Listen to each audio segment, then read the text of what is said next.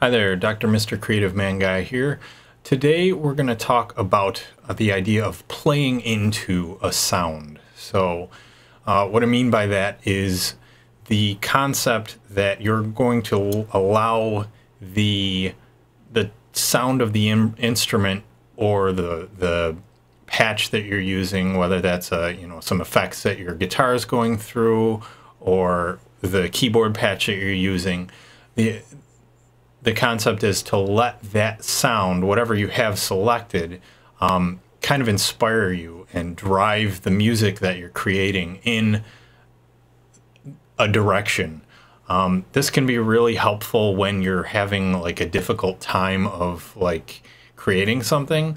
So like if you just picked up a guitar and you start strumming and you have some chords or whatever, and you're just not really feeling that inspired by it, like it's not really living up to what you're hoping.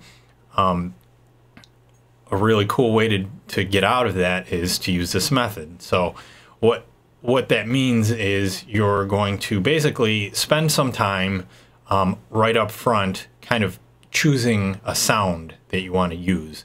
So that can be, again, using effects, setting up some effects on your guitar, picking a cool patch that you like on your keyboard, that kind of thing. It doesn't have to be limited to that. It's really, you can use it on acoustic, you can use this method sort of on acoustic instruments as well. You just have to really be mindful of the sound that the instrument is making and kind of let that inspire you, let that pull you in a direction.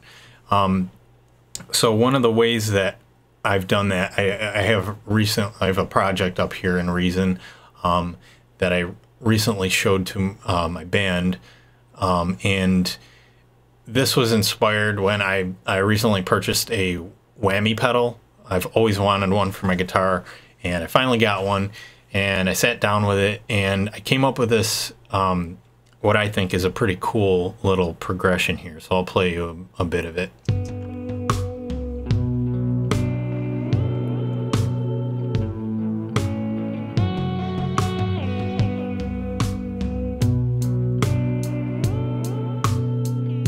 So this is the main part. Obviously I'm playing with the whammy on it to get that sort of warbly effect.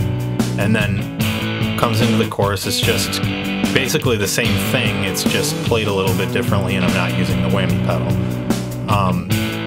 So that's really it. And that's obviously something that I didn't really even need the whammy pedal to actually play. I can play that part perfectly fine on the guitar.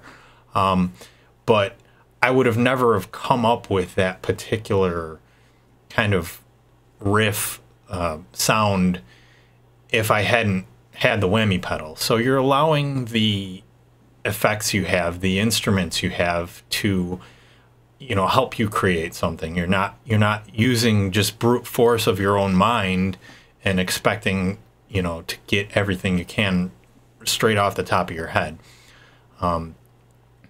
So you're letting the instruments do some of the work in terms of guiding you towards the goal of finding something that you like. So it's a very simple kind of process.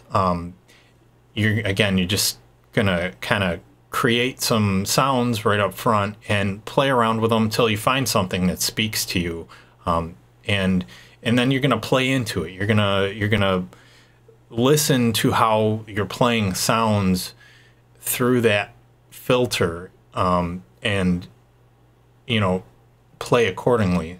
So for instance, in this case, it's a very kind of mellow sound, not very aggressive. The tone of the instrument didn't lead me to think that a louder, more aggressive sound would be appropriate. So I kept it subdued, and this is what I ended up with. And so as I went through, I created the verse, the chorus, and I wanted to change it up a little bit. So now I have a bridge, and I'm going to show you just a real quick something that I'm doing for the bass on the bridge. So this is what I had before. It's the chorus going into the bridge.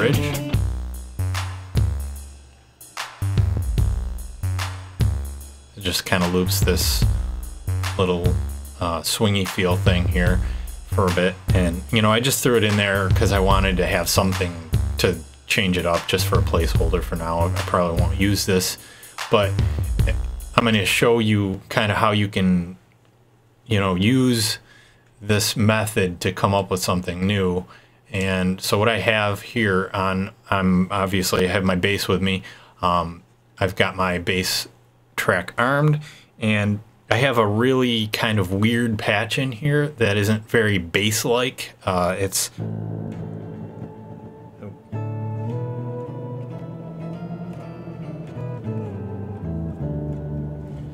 it has some bass to it, but it's got a lot of pitch shifting in there. It's a very bright sounding patch.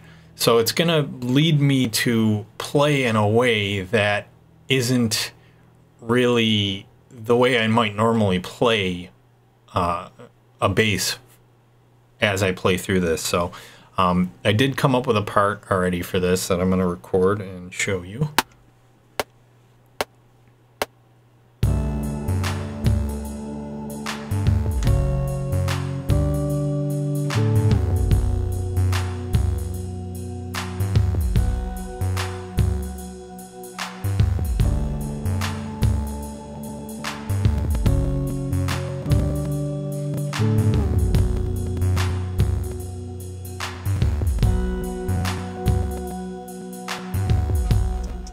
So you can see, Sloppy playing aside, that, you know, it's a very simple part, but it suits the sound of the instrument, of the patches that I'm going through for the instrument.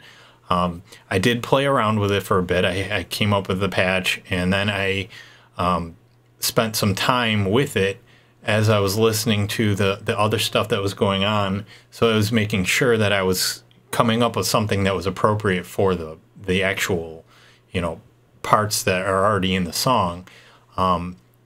But again, the patch just kind of guided me into the direction of something that's very simple, very kind of laid back, and just gives you a kind of unique vibe that I wouldn't have gotten had I just sat down with a bass, not running through anything, just with a clean bass signal. Just, you know, it wouldn't sound anything like that. So again, it's just using what you have, and allowing the instruments and the sounds that you have available to you to help drive you in a direction that you can get more inspiration from and a little more creativity out of, maybe. And that's pretty much it. So if you like this video, please like it, and please subscribe if you like my other videos, and go make some music. Later.